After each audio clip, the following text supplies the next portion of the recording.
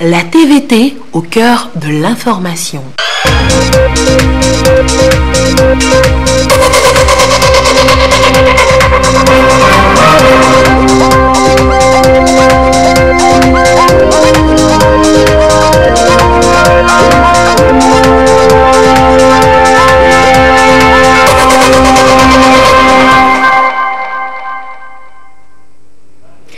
Il est l'heure du journal sur la télévision togolaise. Madame, Monsieur, bonsoir. Et voici les titres de cette édition. La Caisse nationale de sécurité sociale s'active pour étendre la sécurité sociale à d'autres couches socio-professionnelles du pays. Elle se concerte depuis peu avec les acteurs du secteur informel. L'étape de Kara dans cette édition. Et puis l'Institut français de Lomé était aux couleurs des années 70. Hier samedi, les orchestres Sassamasso et Polyrythmo ont fait voyager le public dans le temps. Retour dans cette édition sur cette soirée riche en son et en lumière. Voilà pour les titres. Vers l'élaboration de la stratégie nationale d'extension de la sécurité sociale à d'autres couches socio-professionnelles du pays, la CNSS s'y emploie. La Caisse nationale de sécurité sociale a entrepris des concertations avec les différents acteurs concernés, notamment ceux du secteur informel. Et une délégation de la Caisse était à Kara à ce sujet. Et depuis Kara, la correspondance de Nestor Mozo. Dans la dynamique de l'élaboration de la stratégie nationale d'extension de la sécurité sociale, la CNSS entend impliquer les couches socio-professionnelles concernées. Les acteurs du secteur informel constituent l'une de ces couches. La Caisse nationale de sécurité sociale est ici en concertation avec les acteurs du secteur informel issus des régions Savane, Kara et Centrale. La loi 2011-2006 portant code de sécurité sociale a prévu l'extension de la couverture sociale envers les gens du secteur informel et les indépendants. Cependant, la réalité c'est quoi? Sur le terrain, ce secteur est épars. On n'arrive pas tellement à amorcer la couverture de ce secteur. Donc, d'où ces ateliers pour pouvoir permettre de beaucoup plus les connaître. Beaucoup plus les connaître en faisant quoi? Les recensant, en connaissant leur réalité sur le terrain. Dans cette démarche, la CNSS est appuyée par le Bureau international du travail, BIT, qui apporte son expertise à travers des communications. D'abord, un rappel de ce qu'on appelle secteur informel. Parce que tout le monde pense savoir ce que c'est, tout le monde a sa propre idée, et sans doute tout le monde a raison, mais l'économie informelle en général, c'est quelque chose de très hétérogène, et donc on va rappeler les définitions qui ont été adoptées. On rappellera également le contenu de la recommandation 204 adoptée par la Conférence internationale du travail en 2015. Cette recommandation porte sur la transition de l'économie informelle vers l'économie formelle. Alors ensuite, nous examinerons en troisième lieu, disons, le système de sécurité sociale tel qu'il existe au Togo actuellement, avec ses divers acteurs, et voir quels sont les aspects de la protection sociale qui pourraient être couverts en priorité. La rencontre de Kara est la deuxième après celle de Lomé qui a regroupé les acteurs du secteur informel des régions plateaux et maritimes. Une fois la stratégie élaborée et mise en œuvre, le Togo pourra se réjouir de disposer d'un système de protection sociale universel et inclusif. Toujours à Kara, la commune dispose d'un plan de développement et les principaux acteurs de ce plan ont entrepris sa vulgarisation. Un forum de 3 jours a été retenu pour permettre aux autres de s'approprier le document. Et c'est avec l'appui de la GIZ. Nous retrouvons sur place Nestor Mozo. Le plan de développement communal PDC Kara est un document d'orientation et de planification qui comporte 7 programmes avec leur budget d'investissement. Il va du renforcement institutionnel de la commune et la promotion d'une gouvernance participative à l'aménagement urbain et protection de l'environnement en passant par le développement des infrastructures de soutien à l'économie locale. Tous les programmes ont été établis pour être exécutés en 5 ans, de 2019 à 2023. Ce forum a été initié pour présenter le plan de développement communal aux différents acteurs de développement en vue de sa vulgarisation. Ce plan de développement de la commune de Kara a pu être monté grâce à l'assistance de la GIZ Prodogol. Dans ce document, la priorité est de faire tout pour améliorer les conditions de vie des populations. Cela coûte proche de 6 milliards. Ce n'est pas la mairie de Kara seule. Nous aurons besoin des bailleurs de fonds. Nous aurons besoin des partenaires pour nous accompagner dans ce cadre-là. Ce forum a pour intérêt de sensibiliser les acteurs à la mobilisation des ressources pour la réalisation effective du plan de développement communal de Kara. Un appel a été lancé pour que les contribuables s'acquittent convenablement de leurs taxes et redevances pour contribuer à la mise en œuvre des différents programmes que comporte le plan.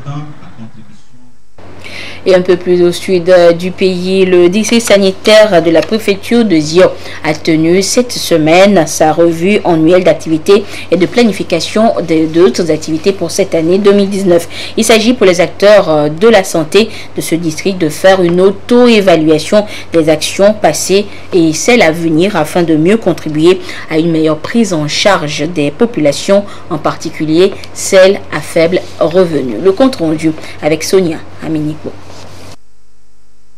En 2017, la couverture des interventions à haut impact a connu des hauts et des bas dans le district sanitaire de Zion.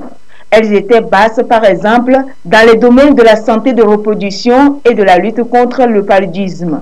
L'analyse des activités de l'année 2018 a cependant permis de remarquer qu'il y a eu de l'amélioration à certains endroits. Par contre, d'autres ont régressé ou sont restés stationnaires. C'est ce qui ressort de la revue annuelle du district sanitaire de Zion. Cette rencontre est donc consacrée à l'auto-évaluation et à la planification des actions futures pour une meilleure prise en charge des populations. Cette nouvelle année, donc, la planification sera centrée sur l'amélioration de la qualité des interventions qui sont offertes. Quand nous parlons de qualité, nous voulions dire, 1. Nous allons proposer des projets d'amélioration concrètes sur la santé de la reproduction, 2. la tuberculose, 3. le VIH-Sida, 4. le programme élargi de vaccination, 5. la nutrition. Nous pensons que si nous nous concentrons sur ces 5 grands domaines, on peut impacter significativement la santé de la population. Et ce que je pourrais dire, c'est encourager tous les prestataires de soins qui sont dans la salle présentement, venant du district sanitaire de Zion, à se pencher vraiment sur des problèmes réels de santé en matière de santé de reproduction, premièrement, et en matière des autres programmes, le programme de paludisme et des maladies non transmissibles, la tension, le diabète, qui court maintenant dans nos villages. Le préfet de Zion, Etienne Kadevi, a salué la démarche qui, selon lui, rejoint parfaitement les politiques et réformes des administrations publiques en cours au Togo. Il a encouragé les participants à élaborer les meilleures stratégies et plans applicables au district en vue du bien-être des populations. Retour d'ascenseur d'Israël à N'Djamena. Après la visite du président tchadien Idriss Déby Itno l'année dernière en Israël, c'est le tour du premier ministre israélien Benjamin Netanyahou de se rendre au Tchad pour consolider les relations diplomatiques entre les deux pays, relations rompues il y a plus de 46 ans. Y a-t-il des raisons qui sous-tendent un tel réchauffement des relations diplomatiques entre les deux pays? C'est ce que nous allons découvrir dans le dossier géopolitique de ce soir. Il est signé Augustin Kossi. Après plus de 46 ans de rupture, le Tchad et l'Israël viennent de rétablir leurs relations.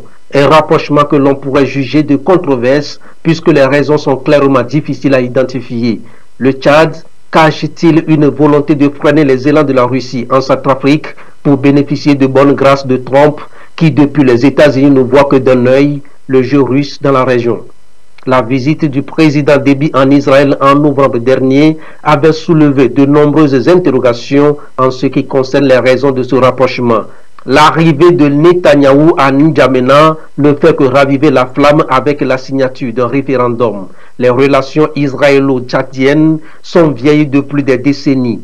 La fourniture en matériel de guerre et de sécurité, de même que la formation des troupes, était au cœur de cette coopération que le Tchad avait rompue en 1972 sous pression du monde arabe en soutien à la cause palestinienne.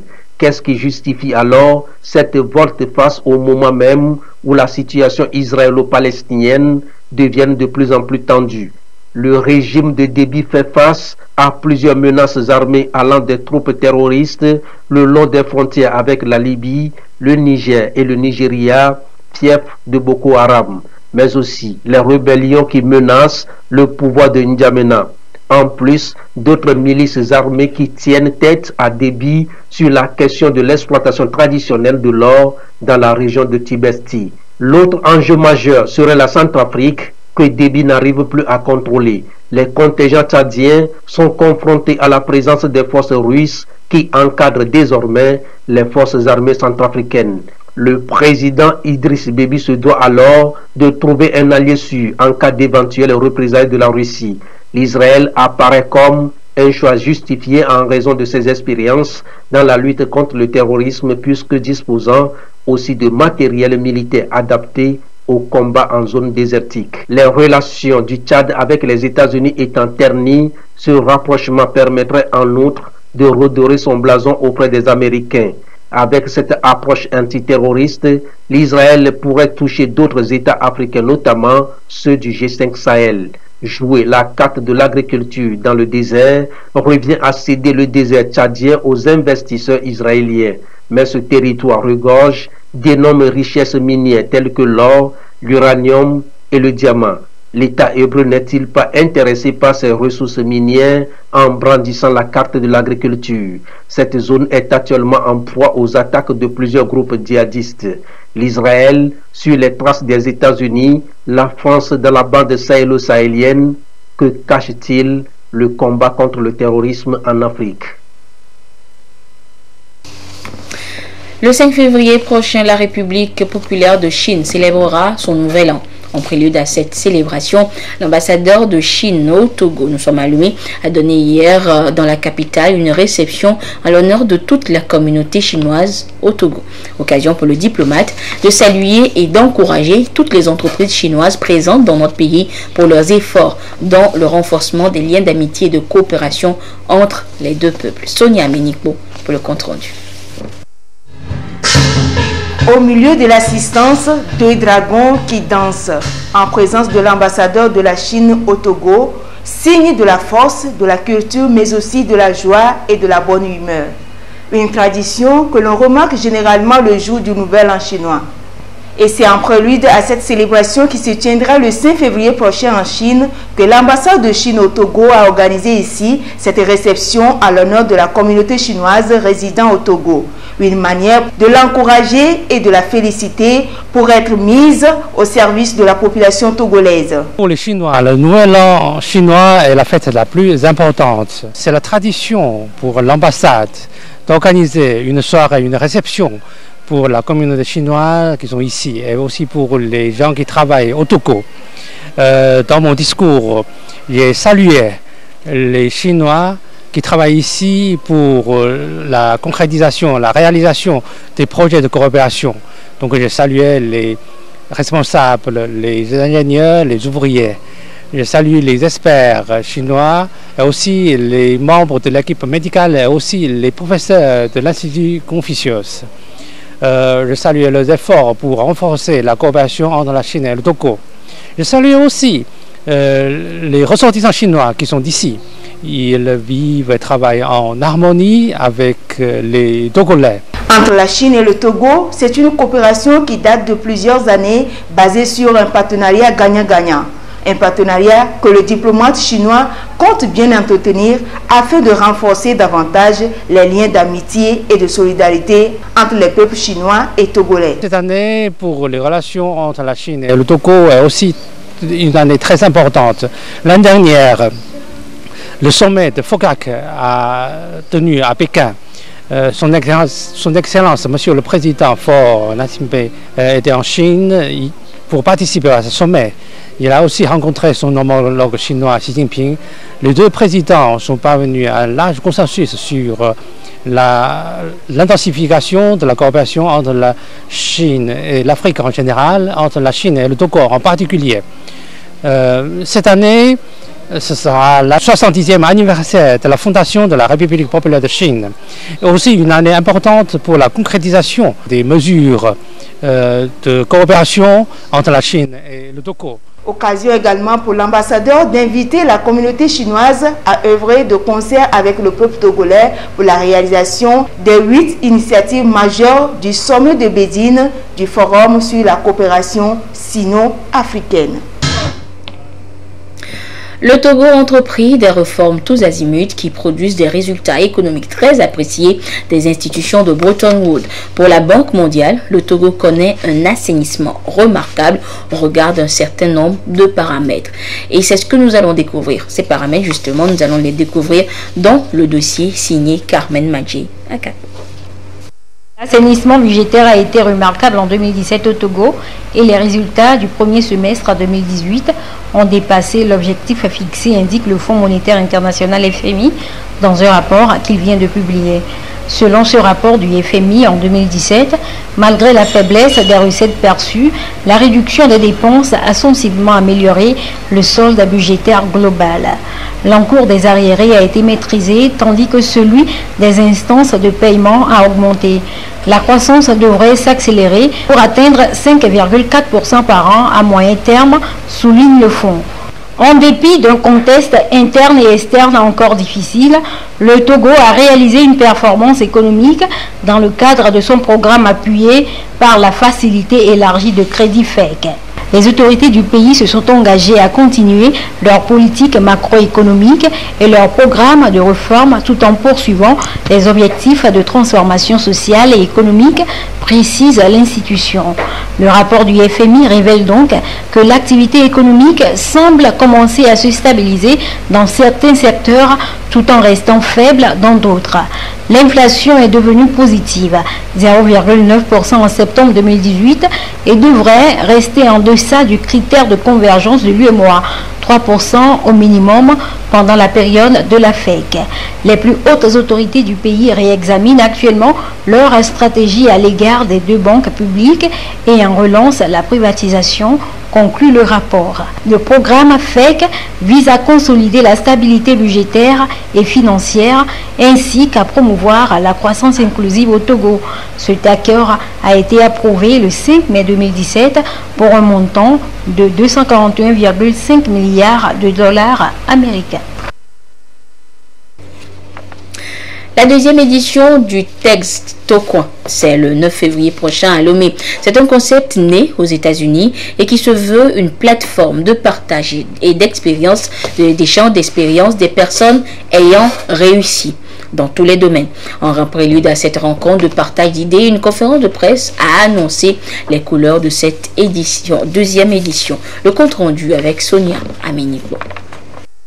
T10, entendez Technology, Entertainment and Design, un concept né aux États-Unis il y a 25 ans et se veut une plateforme de partage et d'échange d'expériences de réussite. Cette conférence qui se tiendra en février prochain va réunir d'éminentes personnalités du domaine de la technologie, de la communication digitale. Ces dernières auront pour rôle d'édifier les participants sur les enjeux de l'heure, tels l'emploi des jeunes, le réchauffement climatique, la conquête de l'espace, l'agriculture du futur, le leadership et bien d'autres sujets. La deuxième édition de cette rencontre d'échange d'idées est donc lancée ici par ses promoteurs. On aura des conférenciers comme M. Gilles Ataï, qui est très connu, qui est togolais. On aura Marion Poiseau, qui est une réalisatrice française, qui a réalisé un documentaire qui a été très célèbre sur le surf en Iran. Nous aurons des intervenants comme Chika Misamou, qui a été enfant soldat et qui a pu aujourd'hui entrer dans l'armée américaine et qui s'est retrouvé jusqu'à être colonel de l'armée américaine. Donc c'est des intervenants presque aussi extraordinaires qu'ordinaires, comme vous et moi, mais qui se sont battus et qui ont accompli de grandes choses dans les différents domaines d'activité. L'intérêt, c'est de susciter la curiosité auprès des personnes qui vont assister. Déjà parce que le monde est en mutation, il faudrait qu'on puisse s'adapter assez rapidement. Et ces conférenciers-là viendront être sur des expériences personnelles, professionnelles et sur des idées aussi assez avant-gardistes qui concernent en fait notre temps. La première édition s'est tenue en 2017 et a réuni près de 200 participants et une panoplie de speakers et consultants en système de management des organisations. TEDx Togo, c'est le 9 février prochain à la salle de conférence ETI Ecobank à Lomé. Rendez-vous donc le 9 février prochain pour la deuxième édition donc du TEDx. La coopération interuniversitaire, c'est le thème retenu pour l'échange entre les responsables de l'université d'Abomey-Calavi du Bénin et ceux de l'école supérieure des affaires ESA au Togo. Initiative de l'ESA pour mutualiser leurs efforts au service du transfert de compétences dans différents domaines à travers des partenariats signés entre les deux institutions universitaires. Les précisions avec Gérard Lagoudou. Dans un monde en perpétuelle mutation et caractérisé par une forte concurrence, il devient impérieux de coopérer autour des valeurs liées à la compétence. Ceci à travers des échanges orientés vers la formation qualifiée. C'est l'idée qui sous-tend la présente conférence débat de l'École supérieure des affaires animée autour du thème « La coopération interuniversitaire ». Orateur, le professeur Maxime Dacruz, recteur de l'université d'Abomey-Calavi au Bénin. Dans la plupart des établissements privés, l'un des défis, c'est celui d'un personnel de qualité. Et les universités publiques ont le devoir, et cela a été confirmé par le CAMES, ont le devoir d'accompagner les établissements privés d'enseignement supérieur en mettant à leur disposition les enseignants de qualité, parce qu'il s'agit de la formation de notre jeunesse et que cette jeunesse choisisse les établissements privés ou les établissements publics. Cette jeunesse a le devoir d'être formée parce que ce sont les ressources humaines de qualité qu'il faut pour le développement de nos pays. Donc il est important que nous mutualisions ces ressources-là pour que le plus des uns puissent permettre aux autres de combler un peu les gaps qui existent à leur niveau. Cette rencontre d'échange est l'un des fruits du partenariat signé le 14 juillet 2016 entre l'université d'Abomey-Calavi et l'École supérieure des affaires ESA. Un engagement qui couvre plusieurs domaines au sein des deux institutions universitaires. Aujourd'hui, dans le monde de l'enseignement supérieur, on ne peut plus évoluer en vase clos. Nous avons donc les enseignants de l'université d'Abomey-Calavi qui viennent toutes les semaines dispenser des cours. Nous avons des enseignants de haut niveau qui sont membres de notre conseil scientifique pour la bonne marche pédagogique de l'ESA. Nous avons nos étudiants qui vont dans leur laboratoire en génie civil. Nous accueillons leurs étudiants aussi ici, à Lomé, leurs enseignants à Lomé. Vraiment, c'est un partenariat qui marche très bien et qui doit être cité un exemple de ce que dans l'enseignement supérieur privé, le public et le privé peuvent faire ensemble. Donc nous voulons ensemble explorer ces pistes au bénéfice de nos jeunes frères et sœurs, de nos étudiants des 27 nationalités qui sont présentes à l'ESA. Pour marquer ce passage de l'orateur Maxime Dacruz à l'École supérieure des affaires au Togo, le livre d'or de l'ESA a été signé, suivi des échanges de cadeaux entre les responsables des deux institutions. Dans le même élan, l'une des salles de cours de l'École supérieure des affaires ESA porte désormais le nom du professeur et recteur de l'université d'Abomey-Calavi, Maxime Dacruz. Et c'est le Togo qui abritera la 11e édition du concours international de génie en herbe, un rendez-vous du savoir et de la connaissance. 6 pays prendront part à ce concours prévu pour le mois de septembre 2019. Le comité d'organisation a procédé cette semaine au lancement du dit concours qui a pour objectif de faire connaître les textes du droit au Ouada. Les précisions avec Rachel Aokou.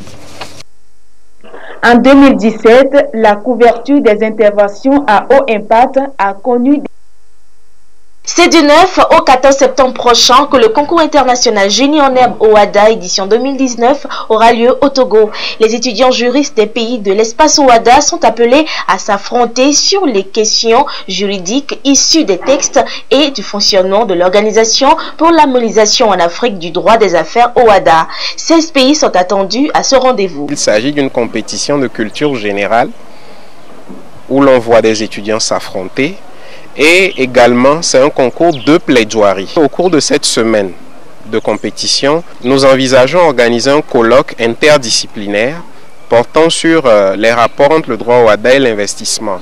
Donc le but est de faire venir tant des universitaires que des praticiens du droit pour échanger sur les applications concrètes de ce dispositif légal. Les étudiants juristes togolais ont marqué positivement ce concours international en remportant à plusieurs reprises des prix. Et pour cette 11e édition, le paquet sera mis pour rafler les prix en compétition. Le Togo a commencé en 2010, il a été finaliste en 2010. En 2012, il a remporté le prix de la meilleure équipe, c'est-à-dire il a été lauréat à Abidjan en Côte d'Ivoire.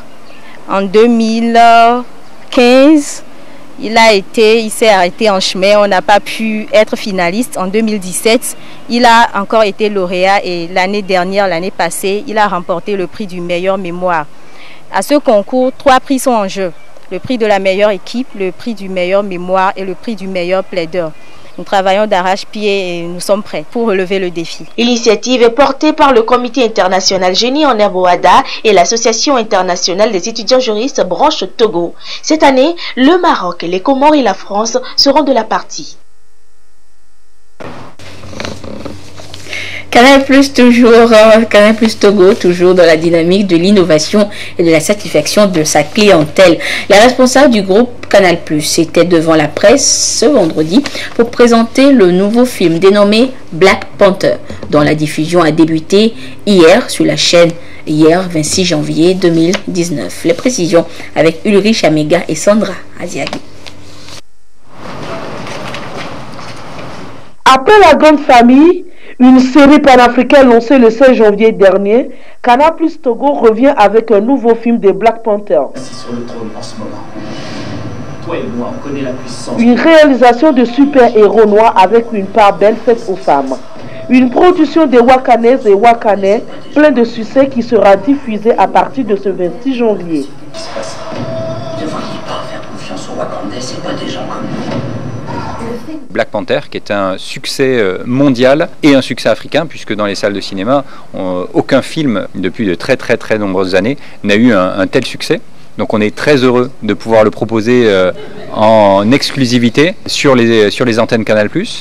Et évidemment, ensuite, pour pouvoir le voir, on a un mode de diffusion qui a évolué, puisqu'on est passé à la HD maintenant depuis à peu près 1 an. Mais on a... Par la même occasion, le groupe Canal Plus Togo a présenté de nouvelles innovations dans ses services proposés à la clientèle, outre la bonne nouvelle destinée aux amoureux du 7e art, le cinéma. Depuis là quelques jours, en remémorisant pour tous ceux qui ont le nouveau décodeur et qui ont changé de décodeur, ils ont accès aujourd'hui plus à 23, mais à 27 chaînes HD, donc sans modification de prix de formule.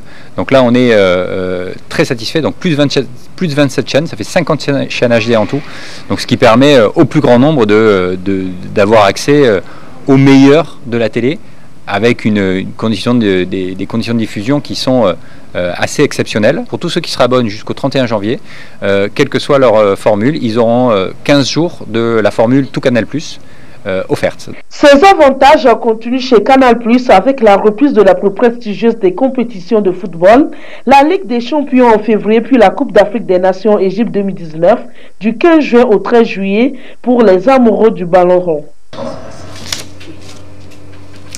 Et je vous annonçais cette soirée musicale hier à l'Institut français de Lomé. Les sonorités africaines des années 70 y ont retenti. Et sur scène, les orchestres Sassamasso et Polyrythmo. Soirée riche en sons et en couleurs qui a fait voyager le public, qui a fait le déplacement de l'Institut français. Retour sur cette soirée avec Esther Laclé.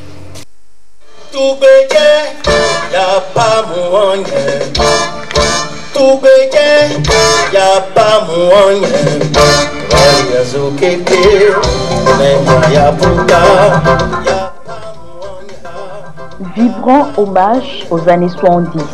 Sur scène, des sonorités africaines polyrythmées avec l'orchestre Polyrythmo.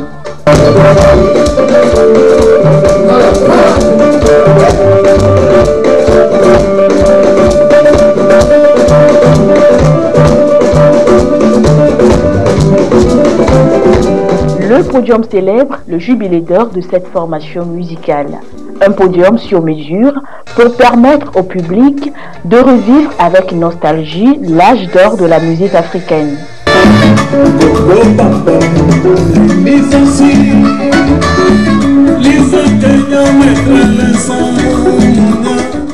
C'est les groupes que j'écoute en famille en faisant la lessive le dimanche matin et j'apprécie beaucoup de les voir sur scène. C'est des anciens mais ils ont vraiment la pêche et c'est très bien. J'ai vu l'orchestre, le tout Polyrythmo de Cotonou qui m'a beaucoup marqué. Quand moi j'étais enfant, quand j'étais élève à Ouida, là, à l'école publique Miss de Brésil, bon, ils venaient à Cléroué, là, à Ouida. Donc ils m'ont beaucoup marqué. Quand j'ai entendu le nom de Polyrythmo, vraiment je ne dors plus. Même aujourd'hui, je me suis réveillé à 2 h du matin pour cette soirée.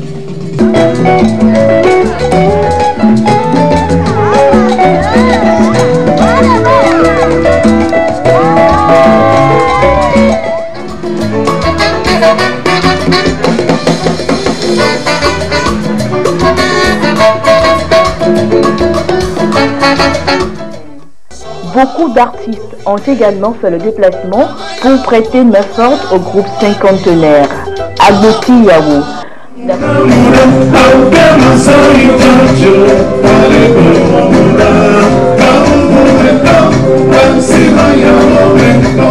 Damaza Maouza.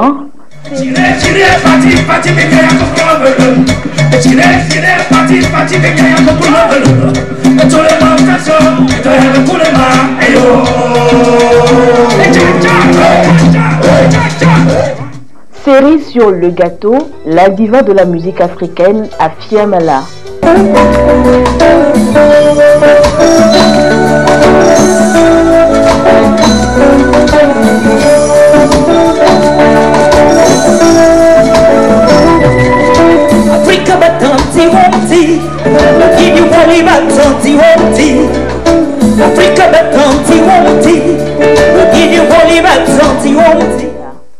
Nombreux sont également ces artistes venus apprendre de ces monuments vivants, icônes de la musique africaine. J'ai dansé, j'ai vu mes pères prester sur scène. Je ne sais pas. Ce soir, j'ai appris beaucoup de choses. Ça veut dire qu'on doit beaucoup travailler. C'est waouh. Et je suis content. Et puis, la présence de Afia Mala, le grand frère d'Amaouzan, franchement, j'ai vécu une expérience spéciale ce soir et je ne peux jamais oublier cela. Quand on parle de la musique, il faut qu'il y ait une vie. Et là, ça vit toujours. C'est musique de 1970, mais c'est encore présent, quoi. C'est un événement que je ne voulais pas rater. Polyrythmo, Sasamaso, c'est 2 légendes vivantes. Et vous savez, moi, je suis là pas pour juste regarder le concert, mais apprendre aussi. C'est nos grands frères. On a à apprendre chez eux.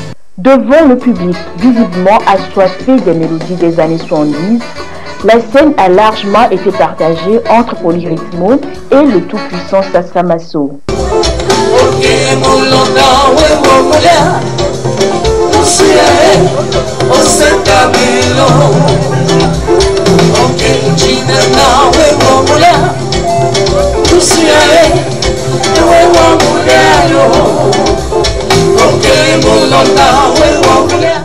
Au moment du passage du groupe du Bénin, c'est-à-dire les Polyrythmo, des chansons qui ont égayé les foyers, que nous avons à l'époque animés par les balles à Lomé. Et je crois que c'est le moment formidable que j'ai pu retenir au cours de cette soirée. Nous avons assisté à un public qui ne nous était pas familier.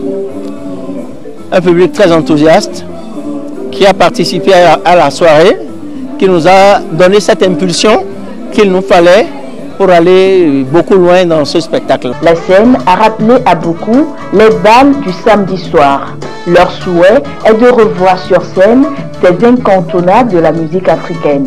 S'il y a des organisateurs qui nous invitent, nous sommes tous disposés à venir. L'orchestre Polyrythmo est un groupe originaire de Cotonou au Bénin qui mixte plusieurs mélodies, afrobeat, funk, soukous. Créé en 1968 et très populaire en Afrique francophone. Avec 50 ans de carrière, le groupe a à son actif des dizaines d'albums. Un best-of de 50 titres et un nouvel album sont aussi au programme de ce jubilé d'or.